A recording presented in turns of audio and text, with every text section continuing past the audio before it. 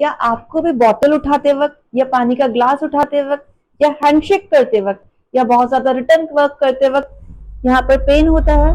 तो ये normal pen नहीं है, ये टेनिस एल्बो हो सकता है। और टेनिस एल्बो सिर्फ टेनिस प्लेयर्स में ही होगा।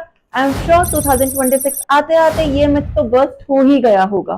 आईटी प्रोफेशनल्स के अंदर continuously repetitive usage of this mouse keyboard की वजह से यहाँ पे स्ट्रेन आना, स्पोर्ट्स पर्सन को रिपीटेटिव यूसेज की वजह से यहाँ पे स्ट्रेन आना, हाउसवाइफ्स को नॉर्मली किचन में रेगुलरली कटिंग चॉपिंग या आटा लगाते वक्त या बेलन यूज करते वक्त यहाँ पे रेगुलरली स्ट्रेन आना, this is very normal. Earlier जब वो डायग्नोस नहीं होता था तो हम लोग उसको अवॉइड कर दिया करते थे, but now since this is diagnosable कि ये टेनिस एल्बो हो सकता है, we have so many ways कि हम इसको किस तरीके से रोक सकते हैं और इसको हम फिजियोथेरेपी के थ्रू किस तरीके से क्योर कर सकते हैं। इस पूरे वीडियो में आज हम वही समझेंगे। तो आइए हम समझते हैं कि हमें कौन कौन सी चीजें अवॉइड करनी है और कौन कौन सी एक्सरसाइजेस कंटिन्यूअसली करनी है। सबसे पहले हम ये देखेंगे कि हमें क्या नहीं करना है। जब पेन बहुत ज्यादा है, टच करने पर भी पेन है, टेंडरनेस बहुत ज्यादा है और आपको अगर स्वेलिंग फील हो रहा है तो एक्सरसाइजेस उस केस में बिल्कुल नहीं करनी है। तो आइए समझते हैं कि हम अपने क्लिनिक पर किस तरीके से टेनिस एल्बो के पेशेंट्स को ट्रीट करते हैं। जब हमारे पास कोई भी टेनिस एल्बो का पेशेंट आता है सिवियर पेन में और स्वेलिंग में, तो हम उन्हें स्टार्टिंग में एक्सरसाइजेस बिल्कुल अवॉइड करने के लिए बोलते हैं। व्हाट वी टेल देम कि सबसे पहले हमें आइसिंग करना है। आइसिंग का भी एक प्रोसेस है पूरा। आइसिंग को आप 10 to 12 मिनट्स के लिए करना है, डायरेक्टली स्किन पे नहीं अप्लाई करना है। एक थिन सा क्लॉथ पहले यूज करना है, उसके ऊपर हमें आइस पैक अप्लाई करना है। ये 10 से 12 मिनट के लिए आपको आइसिंग करना है।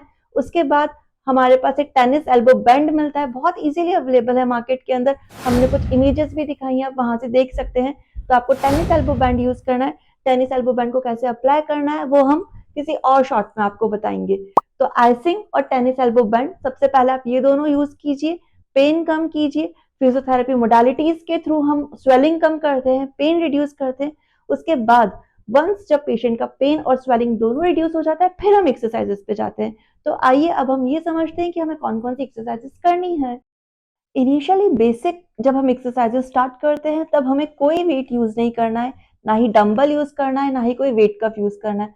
हमें सारे movements without wait simple movements के साथ स्टार्ट करने हैं।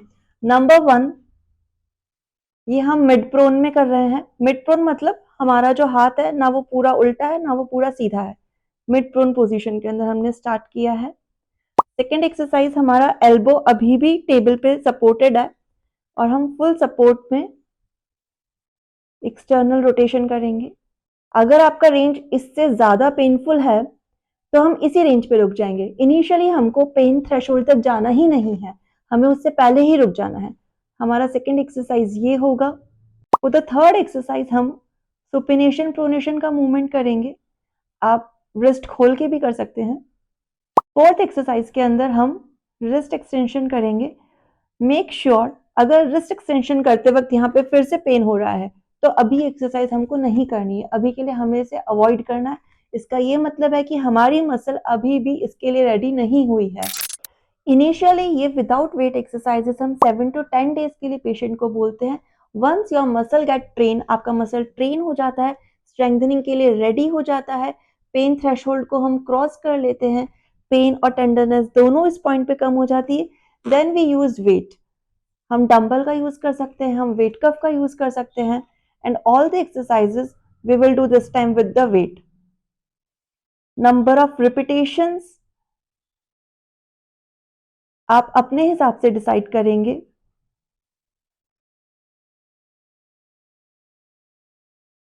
Number of repetitions and number of sets आप अपने हिसाब से अपने पेन के थ्रेशोल्ड के हिसाब से डिसाइड करेंगे। अगर पेन बहुत ज़्यादा है तो आप सबसे पहले अपने फिजियो के पास जाइए, उनसे डायग्नोस करवाइए और उनसे सीखिए और उनसे समझिए कि आपको किस तरीके से करना है। कोई भी पेन अगर बहुत ज़्यादा टाइम तक है तो उसे क्रोनिक मत कीजिए, उसको स्टार्टिंग में ही डायग्नोस करवा लीजिए और उसका ट्रीटमेंट वहीं का वहीं स्टार्ट कर दीजिए। टेनिस एल्बो का पेन अगर बहुत ज़्यादा लंबे समय तक रहता है तो हाथ हिलाना, टच करना भी मुश्किल हो जाता है। इस वीडियो को शेयर कीजिए, इसे सेव कर लीजिए। इफ़ यू फील कि किसी को इसकी ज़रूरत है तो आप उन तक शेयर कीजिए और ऐसे ही हमारे चैनल को सब्सक्राइब कीजिए क्योंकि हम पूरी कोशिश कर रहे हैं कि आपकी ज़्यादा से ज़्यादा प्रॉब्लम्स को जल्दी से जल्दी सॉल्व कर सकें। Thank you so much.